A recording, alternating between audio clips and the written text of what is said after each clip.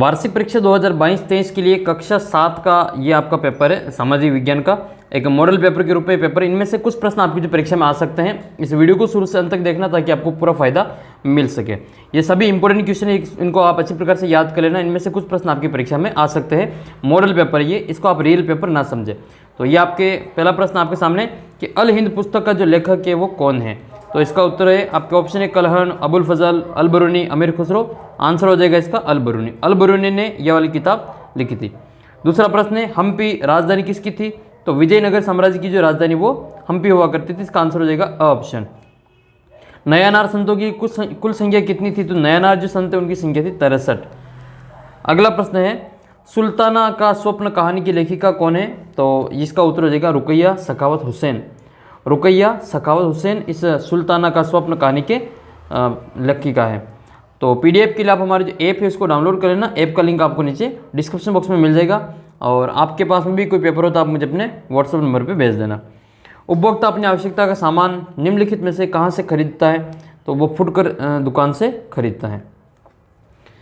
छठा प्रश्न तवा मत्स्य संघ है। तो तवा जो मत्स्य संघ है वो मछलियों का मतलब मछुआरों का मत्स्य संघ है एक। नेक्स्ट है विश्व जल दिवस कब मनाया जाता है। तो विश्व जल दिवस मनाया जाता है 22 मार्च को। 22 मार्च को विश्व जल दिवस मनाया जाता है। आपसे पूछ ले कि विश्व पर्यावरण दिवस कब मनाया जाता है। तो आप क्या उत्तर देंगे। विश्व पर्यावरण दिवस मनाया जाता है 5 जून को। 5 जून को विश्व पर्यावरण दिवस मनाया जाता है। अच्छा, जून महीने में ही एक बहुत बड़ा त्यौहार आता है, बड़ा दिवस मनाया जाता है विश्व योग दिवस। विश्व योग दिवस। तो जून की कितनी तारीख को विश्व योग दिवस मनाया जाता है। कमेंट करके बताना इसका उत्तर। विश्व योग दिवस कितनी तारीख को मनाया जाता है। नेक्स्ट है अमेजन बेसिन के निवासियों का मुख्य आहार कौन सा है। तो उसका उत्तर हो जाएगा आपके कसावा। जो अमेजन बेसिन है यहाँ की जो निवासी हैं वहाँ का जो मुख्य भोजन है वो आपकी क्या है, कसावा है। अगला प्रश्न है विजय स्तंभ का जो निर्माण है वो किसने करवाया था। तो विजय स्तंभ का जो निर्माण करवाया गया था वो मेवाड़ के महाराणा हुए कुंभा, उनके द्वारा इसका निर्माण करवाया गया था। तो महाराणा कुंभा के द्वारा इस विजय स्तंभ का जो निर्माण है वो चित्तौड़गढ़ किले में करवाया गया था। और चित्तौड़गढ़ किले में इसका जो निर्माण है वो एक 9 मंजिला एक टावर के रूप में इसका निर्माण करवाया गया है। और मालवा विजय के उपलक्ष्य में इनकी याद में ये महाराणा कुंभा के द्वारा निर्माण करवाया गया था। नेक्स्ट है आज़ादी पूर्व की जो राजस्थान में प्रमुख जो कुप्रथा है वो कौन कौन सी थी। उत्तर हो जाएगा आपके सती प्रथा भी थी, डाकन प्रथा भी थी और ये बाल विवाह वाला भी था। तो इसका उत्तर हो जाएगा आपके उपरोक्त सभी, तीनों ही इसका करेक्ट आंसर आएगा। नेक्स्ट क्वेश्चन है 12वीं शताब्दी में चौहानों की राजधानी क्या थी। तो चौहानों की राजधानी थी अजमेर। और अजयपाल जो है अजय राज, उनके द्वारा जो चौहानों की राजधानी अजमेर को बनाया जाता है और अजमेर की स्थापना 12वीं शताब्दी में की जाती है।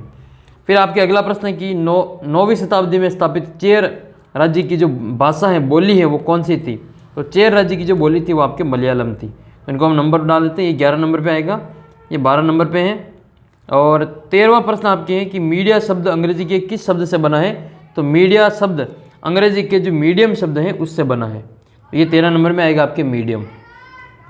फिर अगला प्रश्न है 14वां प्रश्न रिक्त स्थान है रेलगाड़ियों से परिवहन की गति और तीव्र हो गई हैं। तो सुपरफास्ट जो रेलगाड़ियाँ आती हैं इनसे जो रेल परिवहन है, जो परिवहन की गति है वो तेज़ और तीव्र हो गई हैं। फिर आपके संविधान दिवस कब मनाया जाता है। तो संविधान दिवस जो मनाया जाता है अपने भारत में वो 26 नवंबर को ये संविधान दिवस मनाया जाता है। हर साल अब ये संविधान दिवस मनाया जाता है। आपको कमेंट करना है कि भारत का जो संविधान है वो कब लागू हुआ था। भारत का संविधान कब लागू हुआ और एक भारत के संविधान को बनने में कितना समय लगा, टाइम कितना लगा भारत के संविधान को बनने में। इन दोनों के उत्तर आप कमेंट करके बताना। अगला प्रश्न है कॉलम 1 को कॉलम 2 से मिलान करना है। तो तंजावुर जो है वो आपके मंदिर नगर है। तंजावुर क्या है, मंदिर नगर हो जाएगा। तो तंजावुर को मिलाएंगे हम मंदिर नगर से। फिर पाइक क्या है। तो पाइक, अहोम को पाइक कहा जाता है, अहोम पाइक हो जाएगा। धागे काटना, बटन लगाना ये सहायक मजदूर का कार्य होता था। फिर है ग्रेट लेक। तो ग्रेट लेक कहाँ स्थित है, ये उत्तरी अमेरिका में स्थित है। उत्तरी अमेरिका एक महाद्वीप है। उत्तरी अमेरिका एक महाद्वीप है। इस महाद्वीप में ये आपके आती हैं ग्रेट लेक। तो जैसे पूरे विश्व की बात करें तो पूरे विश्व में 7 महाद्वीप हैं। कितने महाद्वीप है, 7 महाद्वीप है। और अपन जो आते हैं वो विश्व के सबसे बड़े महाद्वीप में आते हैं। विश्व का जो सबसे बड़ा महाद्वीप वो अपना महाद्वीप है, और अपने महाद्वीप में भी जो सबसे बड़ा जो क्षेत्रफल के अनुसार जो सबसे बड़ा देश है वो रूस अपने महाद्वीप में स्थित है। तो आप कमेंट करके बताना कि हमारे जो महाद्वीप है उसका नाम क्या है। जो 7 महाद्वीप है उनमें से अपना महाद्वीप कौन सा है, हम कौन से महाद्वीप में आते हैं। मेवाड़ प्रजामंडल की जो स्थापना की गई थी वो माणिक्यलाल वर्मा के द्वारा की गई थी। माणिक्यलाल वर्मा, ये उदयपुर में इनकी स्थापना की गई थी। वैसे ये बिजोलिया के थे, माणिक्यलाल वर्मा, इनके द्वारा ये स्थापना की गई थी। बिजोलिया जो कि वर्तमान में किस जिले में आता है, भीलवाड़ा जिले में आता है। ठीक है, और भीलवाड़ा को वस्त्र नगरी कहा जाता है। भीलवाड़ा को वस्त्र नगरी कहा जाता है। इसको राजस्थान का मैनचेस्टर भी कहा जाता है। अगला प्रश्न है फिर आपके बागबा में रिक्त स्थानों की पूर्ति करनी है।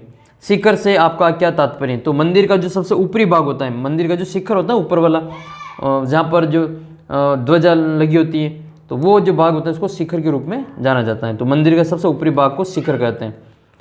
तंजावुर नगर को जल आपूर्ति कैसे की जाती थी। तो तंजावुर नगर को जल आपूर्ति कुओं और तालाबों के द्वारा की जाती थी। दार्शनिक शंकर का जन्म कब और कहाँ पर हुआ था। तो 508 ईसा पूर्व केरल में इनका जन्म हुआ था। कथक के प्रमुख संरक्षक कौन थे। तो नवाब वाजिद अली शाह जो थे वो आपके कथक नृत्य के प्रमुख संरक्षक थे। लोग बाजार क्यों जाते हैं। आप बाजार क्यों जाते हैं। तो अपने रोज़मर्रा की जो आवश्यकता की जो वस्तुएं होती हैं उनको खरीदने के लिए बाजार जाते हैं।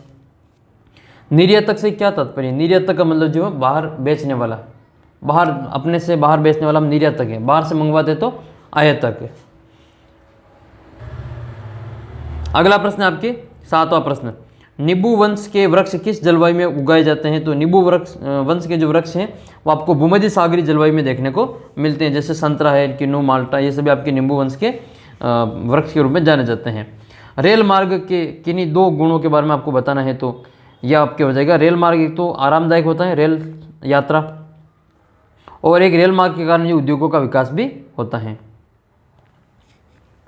अगला प्रश्न है, विश्व के 2 प्रमुख जो रेगिस्तान है उनके आपको 2 प्रकार के बताने। एक तो गर्म मरुस्थल और एक ठंडा मरुस्थल। तो जैसे जो रेत वाले हैं वो तो गर्म मरुस्थल होते हैं, और जो बर्फ़ वाले वो ठंडे मरुस्थल के रूप में जाने जाते हैं। जैसे गर्म में आपको सारा का मरुस्थल, विश्व का सबसे बड़ा मरुस्थल आपके सारा का मरुस्थल है, जबकि भारत का सबसे बड़ा मरुस्थल थार का मरुस्थल है, जो अपने राजस्थान में भी फैला हुआ है। राजस्थान की लगभग 13-14 जिलों में, जो बाड़मेर, ये पश्चिमी जो राजस्थान के जिले हैं बड़े बड़े, इन सभी में को बिल्कुल आपको रेत ही रेत मिलती है। तो रेगिस्तान आपको यहाँ पे देखने को मिलता है। अच्छा, एक प्रश्न का उत्तर आप कमेंट करके बताना कि रेगिस्तान का जहाज किसको कहते हैं। रेगिस्तान का जहाज किस जानवर को, किस पशु को रेगिस्तान का जहाज कहा जाता है। इसका उत्तर कमेंट करके बताना, और वो अपना राजस्थान का राज्य पशु भी है। ठीक है, तो इसका उत्तर आप कमेंट करके बताइए।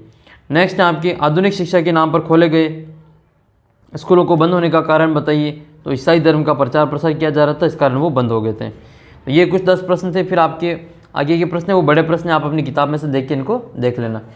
इस मंदिरों के निर्माण को रख रखाव की शिल्पी जन की कितने महत्वपूर्ण थे समझाना है। अगला प्रश्न, आपके विचार से बहुत से गुरुओं ने उस समय प्रचलित धार्मिक विश्वासों और प्रथाओं को अस्वीकार क्यों किया था। साप्ताहिक बाजार किसे कहते हैं, परिभाषा विशेषता लिखनी है। जवार बाटा क्या है, कैसे उत्पन्न होता है। कारण बताना है कि रेगिस्तान में तेल बहुत कम वनस्पति क्यों होती हैं, और सारा रेगिस्तान के लोग भारी वस्त्र क्यों पहनते हैं। बाल विवाह किसे कहते हैं, और इसके आपको समझाना है। बाल विवाह का मतलब जो निर्धारित उम्र है विवाह की, उससे कम आयु में विवाह करना बाल विवाह कहलाता है। तो लड़के की तो आयु होती है 18 वर्ष, लड़के की विवाह की उम्र कितनी है 21 वर्ष, और लड़की की कितने हैं 18 वर्ष। इससे कम उम्र की जो लड़के लड़कियों की शादी करवाई जाती है तो उसको हम बाल विवाह के रूप में जाना चाहिए। सबसे ज़्यादा जो बाल विवाह होते हैं वो आखा तीज के ऊपर होते हैं। राजस्थान में सबसे ज़्यादा बाल विवाह होते हैं आखा तीज, जिसको हम अक्षय तृतीया कहते हैं। वैशाख महीने में आती है ये, अभी ये कल परसों ही होने वाली है आखा तीज। तो इस दिन जो सबसे ज़्यादा बाल विवाह होती है अबूझ सवा के रूप में जाना जाता है। ऐसा कहा जाता है कि इस दिन आपको किसी भी पंडित से मुहूर्त निकलाने की ज़रूरत नहीं पड़ती, पूरे दिन आपके ये विवाह से संबंधित दिन होता है। तो इस दिन ये जो सबसे ज़्यादा बाल विवाह होते हैं। नेक्स्ट है फिर आपके अगला प्रश्न है, अच्छा बाल विवाह, ये विवाह की उम्र तो आपकी 21 साल है, लेकिन आपको बताने की भारत में मतदान की जो उम्र होती है वो कितनी होती है। मतदाता की जो न्यूनतम वयस्क मताधिकार का जो अधिकार है वो कितने साल में मिल जाता है, कितने साल का होने पर व्यक्ति को, लड़के या फिर लड़की को वोट डालने का अधिकार प्राप्त होता है। आज विश्व सिमटता जा रहा है, कारण बताना है। फिर ये कुछ और महत्वपूर्ण प्रश्न हैं जिनको आप अच्छी प्रकार से समझ लेना। भारत के मानचित्र में आपको राजस्थान, जयपुर, श्रीनगर, महाराष्ट्र, कर्नाटक इनको दर्शाना है या सहारा के लोगों के क्रियाकलाप का वर्णन करना है। समता के लिए लोगों में संघर्ष है तो हमारे संविधान में क्या भूमिका हो सकती है, वर्णन करना है। सभी जो पेपर में क्वेश्चन दिए गए हैं इनको आप अच्छी प्रकार से देख लेना है, छोटे छोटे क्वेश्चन है, इनको आप अच्छी प्रकार से समझना।